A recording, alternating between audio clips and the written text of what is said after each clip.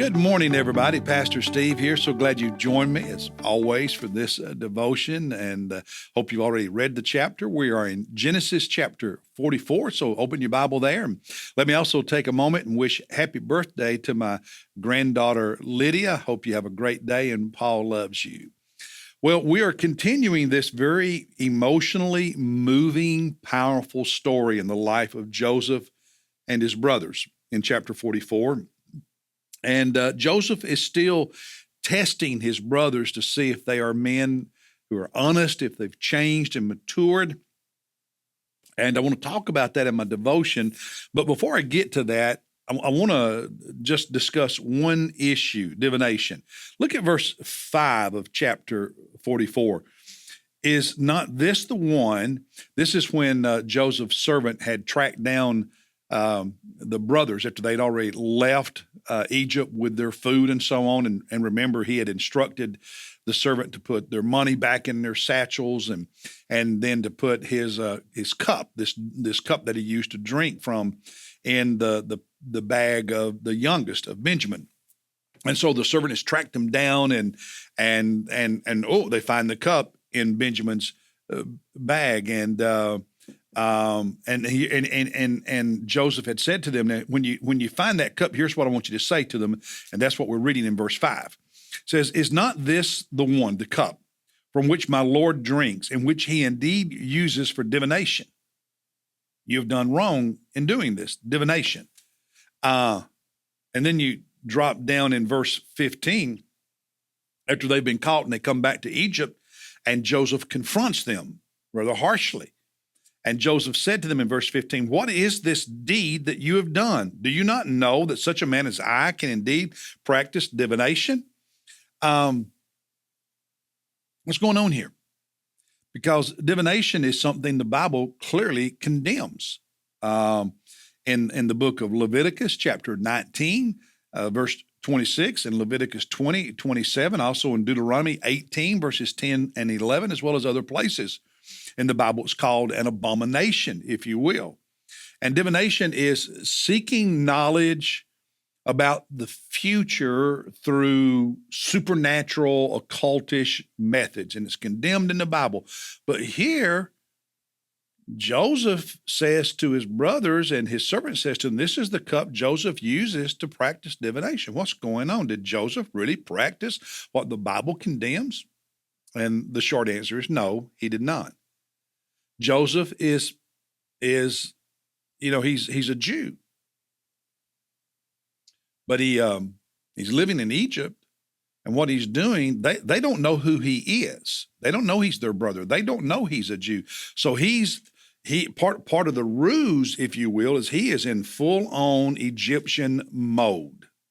So this is what an Egyptian might do. They're part of their magic. So not that he practiced it, but he was playing the role, trying to see how they would respond to things. So that's what's going on here. Now, devotionally, what I want to talk about is the growth of these brothers, their maturity, but especially the growth or the maturity of Judah, one of the brothers.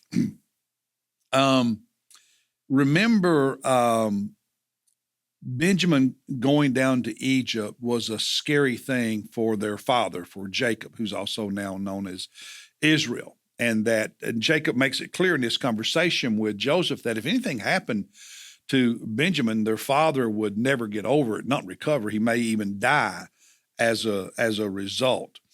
And I want you to see some of the things Jacob does, because with that cup being found in Benjamin's pack, and even though Joseph had it put there, they didn't know that at the time because he's still testing them. Benjamin is going to have to stay in Egypt as a slave for the rest of his life. The other sons can go back to their father, but Benjamin has to stay there as a slave. And that would have been horrible for them. So notice part of the conversation when Judah, the brother Judah, is speaking to Joseph. And again, he doesn't know Joseph is his brother. He thinks he's just an Egyptian official. In verse 18, Judah approached Joseph, and said, "O my Lord, may your servant speak. Please speak a word in my Lord's ear, and do not be angry with your servant, for you are equal to Pharaoh." They knew Joseph's status. Dropping down to verse 30, we read, this is Judah continuing to speak. Now, therefore, when I come to when I come to your servant, my father, he said, if I go back to my father Jacob, okay, to Israel, up there in the promised land, and the lad Benjamin is not with us, since his life is bound up in the lad's life, Jacob is so tied to Benjamin's well-being. In verse 31, when he sees that the lad is not with us, he will die. He will die. Verse 32, for your servant became surety, talking about himself. Now, Jacob says, I became surety for the lad to my father, saying, if I do not bring him back to you, then let me bear the blame before my father alone. Now, therefore, please, not Jacob, but Judah to Joseph says, please let your servant, he said, Joseph, this powerful Egyptian ruler, will you instead take me as a slave? Verse 33, please let your servant remain instead of the lad, a slave to my Lord, and let the lad go up with his brothers. For how shall I go up to my father if the lad is not with me, for fear that I see the evil that would overtake my father? Judah doesn't want his father to hurt again the way he had seen his father hurt years earlier when they lied and told him that Joseph was dead and had been killed by an animal. He didn't want to see his father experience that again, hurt like that again. He didn't want to see his father give up on life and die. And so he says, I made a promise to my father, and I'm asking you, Joseph, this Egyptian official that he doesn't know who he is, I'm asking you, keep me as a slave so my younger brother Benjamin can go back to his dad. Now, it's significant that one of the brothers would do that, but it's even more significant that Judah would do this. Why?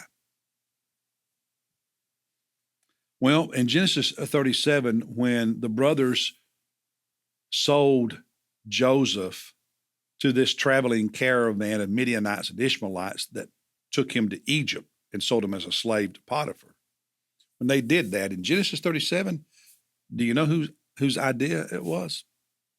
Judah's. The brothers had talked about killing him. Judah said, no, let's not do that. If we're going to get rid of him, let's profit from it. Let's make something from it. Judah was the one who came up with the idea of selling him to the Ishmaelites, to the Midianites, to that traveling caravan.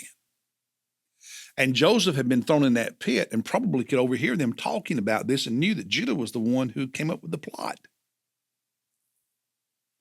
And we're also told in Genesis 42 that when they got him out of that pit, that I think it's chapter 42, but anyway, chapter 42, that Joseph begged them, pleaded with them not to do it. And I can just imagine Judah, who'd already kind of taken charge, being the one to negotiate the deal with the caravan. Judah had seen his chance to make some money at his brother's expense, and they were getting rid of what they considered that pest, who was their father's favorite and was always creating headaches for them. And now here Judah is not thinking about Judah. He's thinking about his dad, and he's thinking about the young boy, Benjamin. And he's willing to sacrifice. He's willing to stay behind as a slave so that Benjamin can go home. I would say that is evidence of real growth, of real maturity, of real change. And as you see in the next chapter, it really touched Joseph deeply. I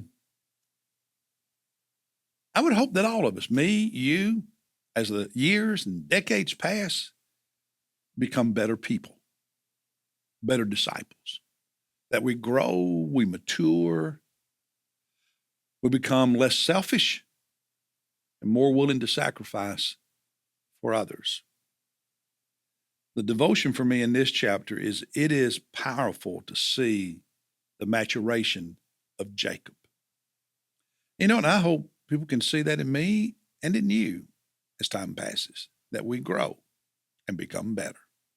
That's the devotion for today. I'll see you tomorrow as we wrap up this week and we do our weekly chapter from the book of Proverbs, Proverbs chapter 10. Then we'll continue this story on Monday, looking at chapter 45 in Genesis. God bless you, everybody. I'll see you tomorrow.